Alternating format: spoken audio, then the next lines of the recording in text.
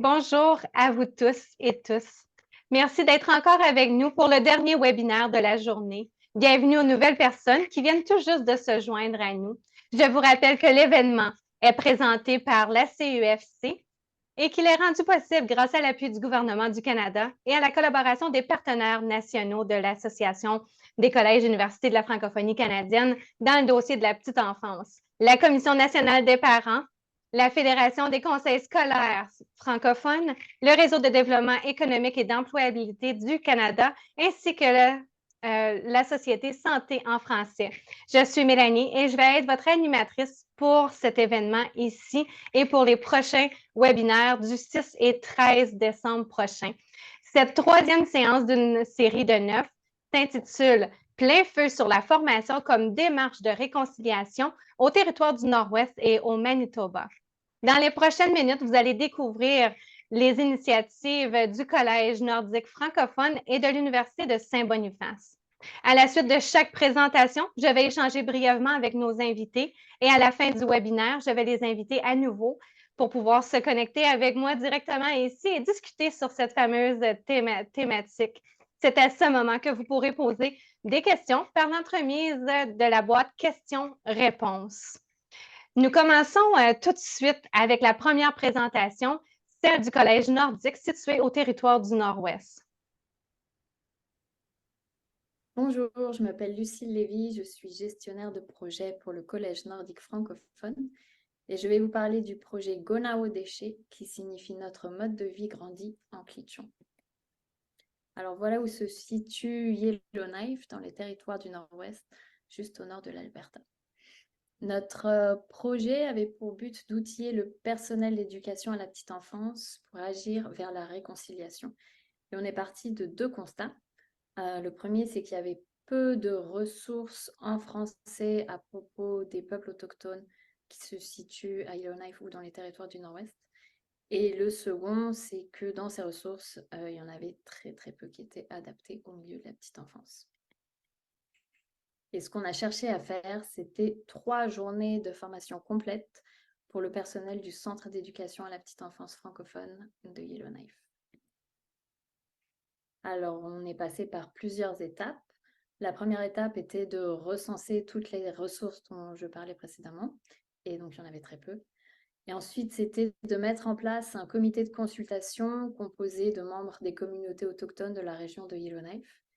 Et on s'est beaucoup réunis. On a fait beaucoup de consultations tout le long du projet, ce qui fait que notre idée de projet de départ a bien grandi, qu'on a dû chercher des personnes pour livrer la formation qui était différente de ce qu'on avait en tête au départ. On a également dû chercher des lieux puisqu'on s'est dit que finalement on ne ferait pas toute la formation au sein du collège nordique et des matériaux. Et vous verrez plus tard que les matériaux étaient assez spéciaux. Et puis dernière étape, ce qui était donc la livraison de la formation. Alors voilà à quoi ressemblaient les 3 journées. Donc la première, on a fait un exercice découverture avec le gouvernement des territoires du Nord-Ouest. L'exercice consiste à rassembler des personnes autochtones et des personnes non autochtones, à se rassembler dans une salle et puis retracer un peu l'histoire des peuples autochtones, de la colonisation et l'impact de la colonisation. Et s'ensuit un cercle de partage. Donc c'est un exercice qui est très émouvant, ce qui fait qu'on a décidé de le faire suivre par une marche médicinale. Et nous sommes donc allés en nature, juste à côté du collège nordique. Et on était guidés par une gardienne du savoir et une aînée Klitchon qui nous ont parlé des plantes qui se trouvaient autour de nous. La deuxième journée, nous sommes sortis dans une communauté qui se trouve proche de Yellowknife, qui est à Deta, qui est encore sur les terres du chef Dry Geese. Il y avait un de ses descendants qui était là, qui nous a parlé de l'histoire de ces terres. Et puis il y avait également des aînés et des gardiennes du savoir qui ont pu nous relayer plusieurs enseignements, dont un atelier de filetage de poissons qui est reproduisible en centre de garde. Voilà, donc là, c'était dans les matériaux différents que les matériaux pédagogiques qu'on a l'habitude d'acheter. Il y avait du poisson. La troisième journée, on est retourné au centre de garde où travaillent les éducatrices qui ont suivi la formation. Elles ont pu partager le type d'activité qu'elles font habituellement dans leur centre avec les enfants. Et les aînés et gardiens du savoir qui étaient présentes avec nous ont proposé des façons d'autochtoniser les activités que propose déjà le centre. Voilà, donc on a rencontré plusieurs défis. Le premier, c'était celui de la langue, puisqu'on n'a pas trouvé de personnes d'aînés et francophones ou d'aînés qui pouvaient parler français et enseigner ces cours. Donc on a décidé que c'était quand même primordial d'avoir les personnes autochtones qui partagent tous ces savoirs, qui donnent l'information. Et pour qu'elle soit disponible en français, on a fait appel à des interprètes. Donc sur la photo qui est ici, on voit des personnes qui ont des casques pendant qu'ils font l'atelier de filetage de poissons. Les 3 journées complètes étaient interprétées. L'autre défi, c'était l'ampleur du projet. Donc on avait eu une idée en tête du projet qu'on voulait faire au tout départ, lorsqu'on a fait la demande de subvention à la CEFC. Et au fur et à mesure des consultations, ça a vraiment grossi, ça a beaucoup changé. Mais on voulait vraiment bien faire les choses, donc on est resté avec ça. Et ça nous a permis également de faire un partenariat avec le gouvernement des territoires du Nord-Ouest qui nous a également appuyés financièrement, mais aussi tout au long des consultations et qui a également donné l'exercice des couvertures. Ça a eu plusieurs impacts. Le premier qui était que le personnel de l'éducation à la petite enfance a été sensibilisé à l'histoire des terres sur lesquelles ils se situent. Ça leur a également donné une envie de travailler pour agir vers la vérité et la réconciliation, ce qui est quand même une première étape. On a formé des liens entre les membres des communautés francophones, entre les éducatrices et les communautés d'aînés, et on continue d'entretenir ces liens même après la fin du projet pour que les éducatrices et les aînés et gardiennes du savoir puissent continuer de travailler ensemble. Ça a permis également à tout le monde de s'ouvrir à d'autres pédagogies. Donc les pédagogies utilisées en centre de garde sont plutôt occidentales et là, on a eu un aperçu de ce que sont les pédagogies d'aînés. Et après, à l'interne, au Collège nordique, ça a été une toute nouvelle approche pour aborder les projets. On a beaucoup appris et puis on met ça en place pour d'autres projets également. Voilà. Alors, si vous voulez en savoir plus, mon adresse courriel est llevy@collègenordique.com et notre site internet www.collège-nordique.com. Et voici, merci beaucoup. Merci, Madame Lévy. Je vous inviterai à ouvrir votre caméra et à venir vous joindre ici. Quelle belle initiative de vivre des expériences pour comprendre, soutenir et agir vers la réconciliation. Même au-delà de la barrière de la langue, d'avoir été en mesure de connecter, de bâtir des liens avec cette communauté autochtone-là, bravo, c'est formidable. Selon vous, lors de la transmission des savoirs autochtones, quelle a été la plus grande réalisation du personnel éducateur vers la réconciliation? Je pense que ça a été l'importance de faire ce travail. Je pense que toutes les personnes qui ont participé à cette formation se sont dit « Waouh, c'est quelque chose qui doit être dans ma tête régulièrement. Il faut que je travaille là-dessus. Il faut que je pense à agir vers la réconciliation dans mon travail, mais aussi dans mon quotidien. » Exactement. Enfin, oh, allez-y, excusez. C'est ça, je dirais que ça a été la plus grande réalisation. C'était commencer à cheminer dans sa tête. C'est ça. Comment je peux faire pour être une bonne personne au Canada et m'impliquer pour la réconciliation. Puis de développer ce réflexe naturel-là, d'inclure toute l'histoire avec l'apprentissage des enfants, c'est formidable. Quelles sont peut-être les 2 activités au sein de votre programme qui ont été déjà adaptées pour transmettre la culture autochtone ou en voie d'être développées pour que ça soit vraiment du concret là, dans votre milieu? Alors, on a fait on a beaucoup parlé de l'histoire, de l'impact de la colonisation, de la culture d'aînés et Clitchon, mais on a aussi fait des petites activités qui étaient reproduisibles en garderie. Donc, il y avait l'activité de filetage de poissons. Donc, c'était une aînée d'aînée qui nous a montré comment fileter un poisson, mais de sa façon. Donc, il y avait ses étapes, sa façon de remercier le poisson, remercier la nature, rendre ça à la nature. Et moi, j'aurais pas fait forcément, enfin, j'y aurais pas pensé. Et donc, c'était toute cette ouverture. C'est une nouvelle façon de penser à faire les choses.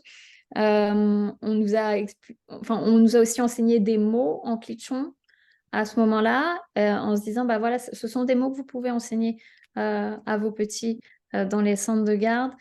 Fileter un poisson, c'est quelque chose qui peut être fait avec des enfants.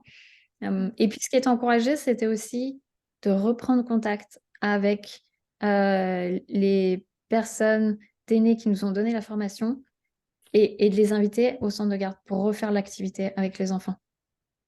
Ah, Voilà. c'est formidable. Ouais. Et, Puis est-ce que tu aurais d'autres exemples par rapport à les liens? Parce que tu as mentionné dans la présentation que vous avez bâti des liens au-delà de ce parcours de formation-là. Et là, tu es en train de me mentionner qu'ils reviennent aussi, ces personnes-là, à l'intérieur de la salle de classe. Comment vous bâtissez ces liens-là avec eux pour que ça continue à nourrir aussi toute cette réconciliation-là? bah, c'est ça, le but, c'est pas d'avoir eu une formation, rencontré des personnes autochtones et d'avoir dit, ah bah super, j'ai eu un premier contact, check. Non, ça va pas. C'est ça. Il faut continuer d'entretenir ces liens. Et puis, je pense que c'est ça aussi la réconciliation. C'est pas juste cocher des cases. Et c'est ce qu'on a encouragé en disant, oui, vous pouvez contacter ces personnes autochtones que vous avez maintenant rencontrées. Vous pouvez aller leur demander, est-ce que vous pouvez nous aider à créer un atelier? Est-ce que vous pouvez venir au centre? Est-ce que vous pouvez nous aider à modifier les activités qu'on a déjà? Alors, elles ont déjà ces contacts-là, elles peuvent aussi passer par le collège pour faire ça. Et puis, Yellowknife, c'est petit. Tout le monde va se croiser de toute façon à un moment donné. Exactement, exactement. Puis, en voyant le projet, les images que vous avez mis, donc toute la communauté autochtone était vraiment favorable à pouvoir vous aider à développer des activités et à optimiser vos programmes vers la réconciliation. Oui, ça a été très intéressant parce qu'on avait une idée assez développée du projet qu'on voulait mettre en œuvre. Et puis on s'est dit, ça serait bien quand même de consulter la communauté autochtone, forcément. Et là, petit à petit, on se disait, ah ben non, cette idée de départ, va falloir qu'elle change. Ah ben non, ça, finalement, on peut pas le faire. Ah ben ça aussi, va falloir le modifier. Et le projet a grossi, grossi, grossi, grossi. Oh, wow! C'est vraiment intéressant. Vos coordonnées sont directement dans la boîte de clavardage. À nos auditoires, vous qui êtes ici, si vous avez des questions directement, vous pouvez les poser dans les questions-réponses. Comme ça, je vais pouvoir les adresser à la fin de ce webinaire-là. Sinon, si vous avez des questions personnelles à communiquer directement avec Mme Lévy, bien, je vous invite à le faire directement. Merci de votre participation. Nous allons nous retrouver à la fin, comme j'ai mentionné, pour conclure ce dernier webinaire. Regardons maintenant la dernière présentation. Celle-ci, on a seulement 2 présentations. Donc, celle de l'Université de Saint-Boniface au Manitoba. Bonjour, je m'appelle Erin Vandal. Je suis professeure et coordonnatrice du programme Milieu de travail en éducation de la jeune enfance à l'Université de Saint-Boniface.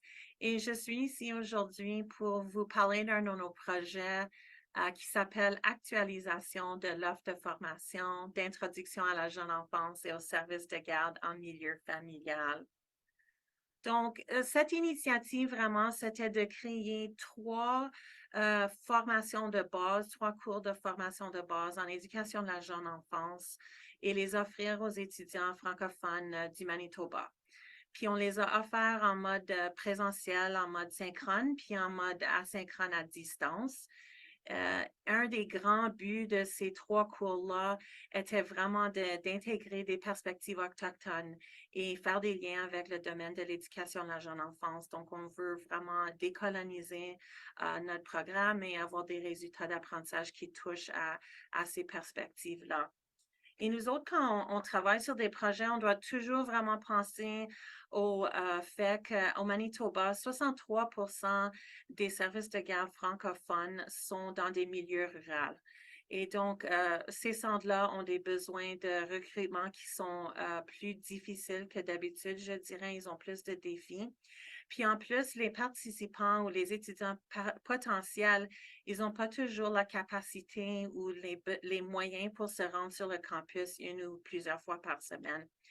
Donc, nous autres, c'est pour cette raison-là qu'on offre des cours à distance. Aussi, on a une grande population métisse francophone au Manitoba, puis on voulait vraiment créer des cours qui vont appuyer la réconciliation, la décolonisation, mais aussi bâtir cette identité métisse francophone chez les enfants et les familles qui accèdent aux services, mais aussi à nos étudiants qui vont travailler avec ces enfants et familles. Donc, comme j'ai dit, on a travaillé sur 3 cours. Je mise ici notre cours de perspective autochtone en éducation de la jeune enfance parce que c'est un cours de 40 heures qui parle strictement des perspectives autochtones en faisant des liens avec l'éducation de la jeune enfance. Et dans ce cours-là, on parle du passé, du présent, du futur. On parle de la colonisation, la décolonisation et aussi de la réconciliation. Les autres 2 cours ont des éléments des perspectives autochtones et sont décolonisés, mais le cours de perspective autochtone était vraiment notre grand projet en lien avec ce but spécifique. Donc, les 3 cours étaient vraiment, la mise en œuvre pour les 3 cours était pareil. On a fait une évaluation des besoins. On a aussi vraiment regardé un peu c'était quoi les attentes par rapport à nos agréments avec la province du Manitoba. On a consulté avec des gens dans les communautés. On a planifié, ensuite on a mis en œuvre et on a un peu recommencé tout le cycle où ce qu'on a évalué ce qu'on avait fait, puis on a consulté, puis on a recommencé. Donc, ça continue et continue. Mais je veux aussi vraiment parler de la consultation qu'on avait faite pour le cours de perspective autochtone en éducation de la jeune enfance, parce que pour ce cours-là, c'était un peu plus intense, c'était un peu différent. On avait créé un comité consultatif avec des membres de la communauté métisse francophone. On les a rencontrés à plusieurs reprises afin de leur parler de nos objectifs, les ressources possibles, des activités possibles, des résultats d'apprentissage. On a aussi travaillé de très près avec une métisse, une aînée métisse, excuse, et c'est elle qui nous a aidé à développer le cours, tous les résultats d'apprentissage, les activités et tout. Et j'ai le grand privilège de co-enseigner ce cours avec elle maintenant. Donc ça, c'est vraiment spécial. Puis ça a été une partie importante de ce cours-là. Ça m'amène à un des partenariats qu'on a créé avec la communauté métisse au Manitoba et je dirais que ce partenariat-là existe encore et c'est même plus fort. Le plus qu'on offre nos cours, le plus fort que devient ce partenariat. On a aussi travaillé avec Manitoba First Nations Education Resource Center. Ils avaient des ressources avec une vision, des perspective Première Nation au Manitoba et on a pu prendre ces ressources-là et les traduire en français, les offrir à nos étudiants et aux centres francophones. Donc ça, c'était vraiment bien aussi. Je veux aussi mentionner les partenariats qu'on a créés avec la FPFM et le CEDEM ici parce qu'on a créé un parcours en garde en milieu familial. Et ça a permis à plusieurs personnes de faire tout ce qu'il fallait faire pour ouvrir un service de garde familiale francophone. Et c'était un partenariat complexe, mais très complet et ça nous a permis de faire quelque chose de vraiment spécial. Donc, ça vaut la peine de mentionner ce partenariat-là parce que c'était vraiment super. Les défis qu'on a rencontrés étaient beaucoup liés avec la COVID-19. C'était difficile de se rencontrer. On ne pouvait pas toujours le faire en personne. Donc, on dirait les choses ont toujours pris plus de temps qu'on voulait. L'autre défi, c'est qu'à l'USB, on a une petite équipe, donc c'est pas toujours facile de trouver les ressources humaines pour faire des gros projets comme ceci. Et donc, ça, c'était vraiment nos deux grands défis. Les principaux impacts étaient qu'on avait un nombre accru de participants dans les 3 cours qu'on a créés. Entre autres, on a eu plus de 110 étudiants dans notre cours d'introduction à la profession en éducation de la jeune enfance. Ça, c'est un très grand nombre pour nous. On est aussi très fiers du fait que parmi les étudiants qu'on a sondés, on avait eu un taux de satisfaction de 100%.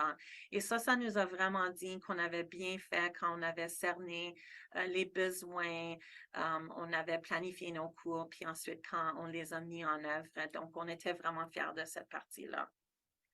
Les retombées sont, comme j'ai mentionné, un nombre accru de personnes qui ont eu une formation de base et qui travaillent en éducation de la jeune enfance. Aussi, on voit de plus en plus qu'on a des étudiants qui ont une bonne base qui est liée aux perspectives autochtones, comme liées à la réconciliation. Et aussi, on aide aux étudiants à ensuite aller travailler ensemble puis soutenir le développement identitaire des enfants, des familles métisses et autochtones. Donc, ça c'était vraiment bien. Puis, en plus, à cause de notre partenariat avec la FPFM et le CEDEM, on a pu vraiment avoir beaucoup plus de personnes qui peuvent maintenant ouvrir un service de garde familiale.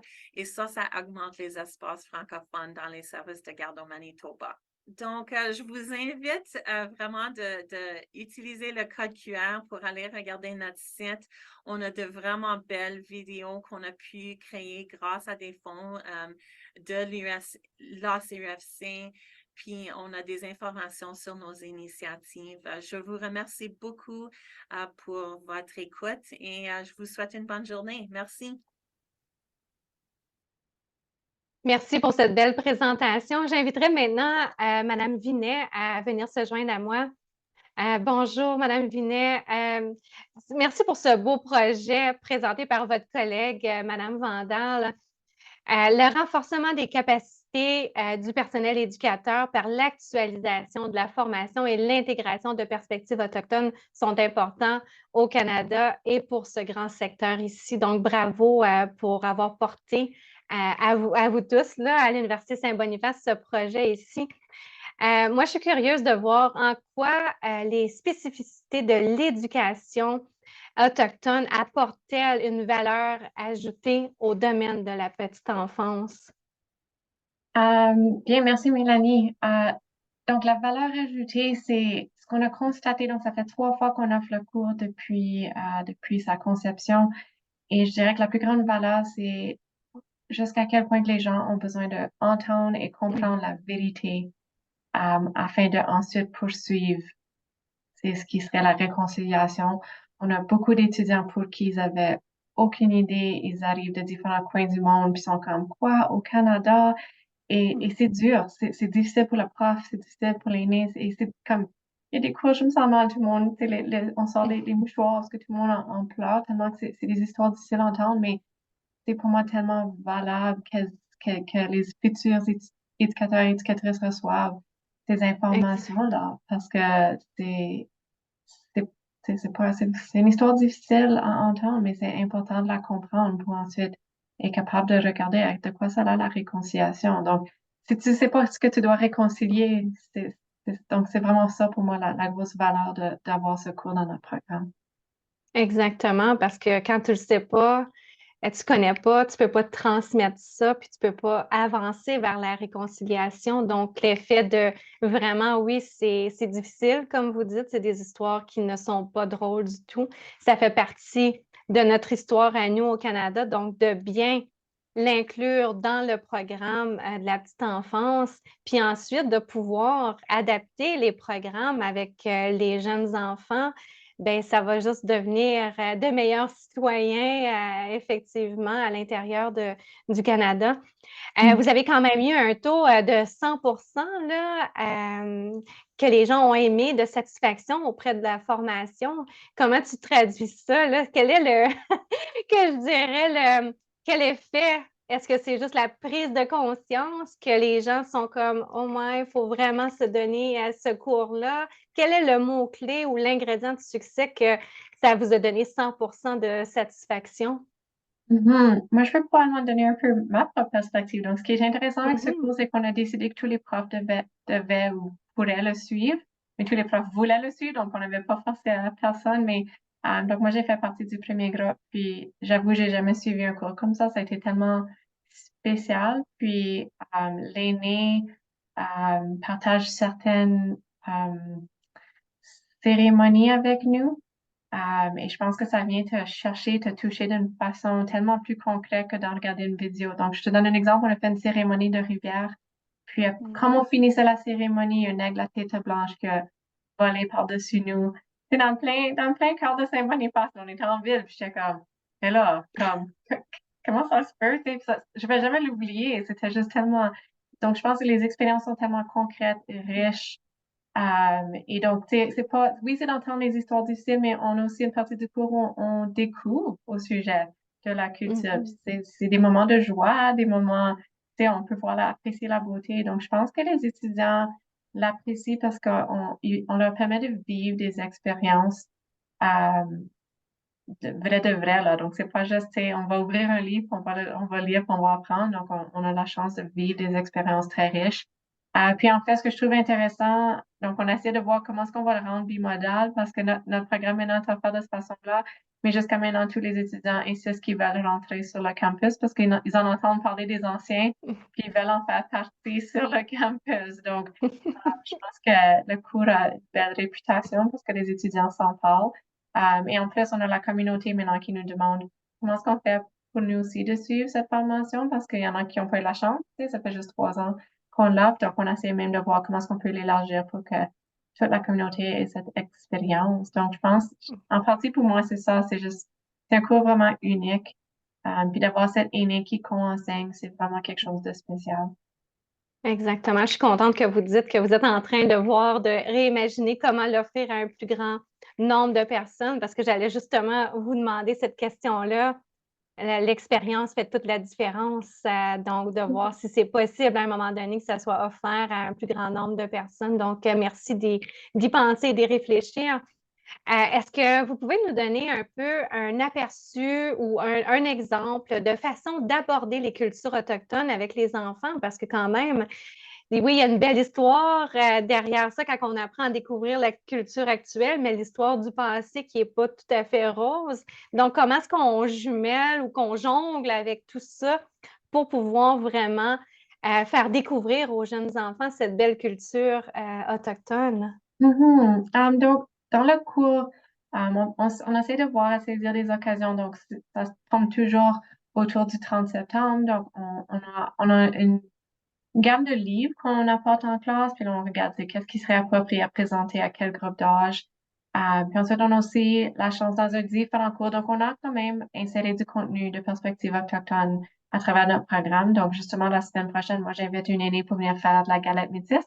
Donc, j'espère que les étudiants dans le futur vont penser de peut-être recréer certaines recettes qu'on voit. On a aussi une aînée qui vient faire du tambour avec nos étudiants. Donc, et elle est déjà allée dans des centres, donc des anciens étudiants qui l'invitent de venir faire des sessions avec les enfants. Et il y a quelque chose, j'aimerais ça être là un jour quand elle va dans les centres avec les enfants. Je pense que ça serait vraiment intéressant de voir les enfants. Parce elle a un petit tambour, mais aussi un grand tambour. Donc, c'est vraiment super. Donc, on essaie de créer, puis c'est un peu ce que je disais tantôt, on essaie de créer ces liens. Donc, on a 4 aînés qui siègent sur notre cercle d'aînés à l'Université de Saint-Boniface. Donc, on a la chance de les rencontrer, nous comme profs, puis on essaie d'assurer que les étudiants ont aussi la chance de créer des connexions avec eux. Parce que eux disent toujours, invitez-nous, on va venir quand vous travaillez dans les centres. Donc, c'est de bâtir ces belles relations. Comme ça, les étudiants partent avec oui, des connaissances, oui, des idées, mais aussi des liens de personnes à qui ils peuvent consulter pour faire certaines activités. Parce qu'on s'assure de leur enseigner que comme, oui, on a fait des cérémonies, mais t'es pas censé de la recréer sans avoir reçu un enseignement ou la permission. Donc, c'est mieux d'inviter l'aîné pour revenir faire l'expérience avec les enfants. Donc, c'est un peu de tout. Donc, je pense que c'est comme illimité. On essaie au moins de partir avec certaines idées clés. Donc, un peu comme tu dis, pour apprendre l'histoire, mais aussi pour aller faire la découverte des divers éléments de la culture ou des Ah, c'est cultures. Pardon. fantastique. Ouais, c'est vraiment intéressant parce que les gens, les jeunes, on le voit dans les yeux là, quand ils vivent une expérience, puis ça reste avec eux aussi, là. Moi, je me souviens à un moment donné, à la petite école, c'est ça, on avait eu une personne qui était venue faire du pain.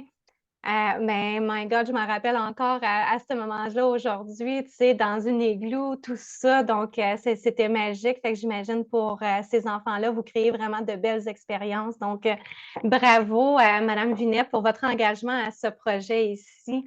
J'inviterais Madame Lévy à se joindre à nous deux pour pouvoir aller un petit peu plus loin, voir si on a des questions. Dans notre question-réponse, on n'en a pas en ce moment ici. Mais j'en ai une pour vous. Qu'est-ce que vous direz? Puis vous l'avez un peu répondu, mais j'aimerais aller un petit peu plus en détail, là. Quelle est un peu l'importance d'emmener l'apport des personnes issues des communautés autochtones dans les différentes étapes pour la réalisation des initiatives présentées? Tantôt, Madame Lévy, vous avez mentionné, on avait pensé ce projet-là, plus qu'on a discuté, on a changé, modifié. Donc, cet apport-là, ce niveau, ce degré d'importance de les avoir avec vous dans tout le développement.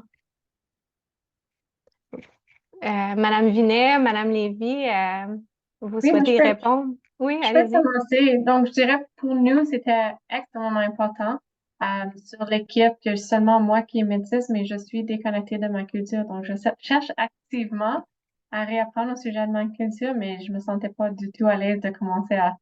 C'est drôle parce que les gens disent, oh, mais t'es métisse. Oui, mais... tu sais, donc, on voulait aller chercher les expertises, puis essayer de trouver autant de perspectives que possible aussi, parce que notre communauté francophone au Manitoba, issue de communautés autochtones, elle est principalement métisse, donc on voulait aussi aller chercher les autres perspectives. Donc, on a aussi collaboré avec des organismes qui sont anglophones pour justement assurer d'inclure tout cela. Je pense une grande leçon que Erin et moi on a appris, c'est que nous, on a tendance à vouloir être très linéaire, comme à 9 heures, on fait tel choix. À 17 ans, on a tout touché un peu sur ça tantôt. Puis là, on arrivait, puis c'était comme, il y a des journées, je vous mens pas, l'aînée rentrait, puis elle dit, tiens, maman, nice, dis là, j'aimais pas qu'est-ce qu'on avait planifié, donc j'ai tout changé. Puis on est comme, OK, qu'est-ce que tu as besoin? Donc, on a vite appris qu'il fallait être très relax, puis ça finissait toujours par être super. Donc,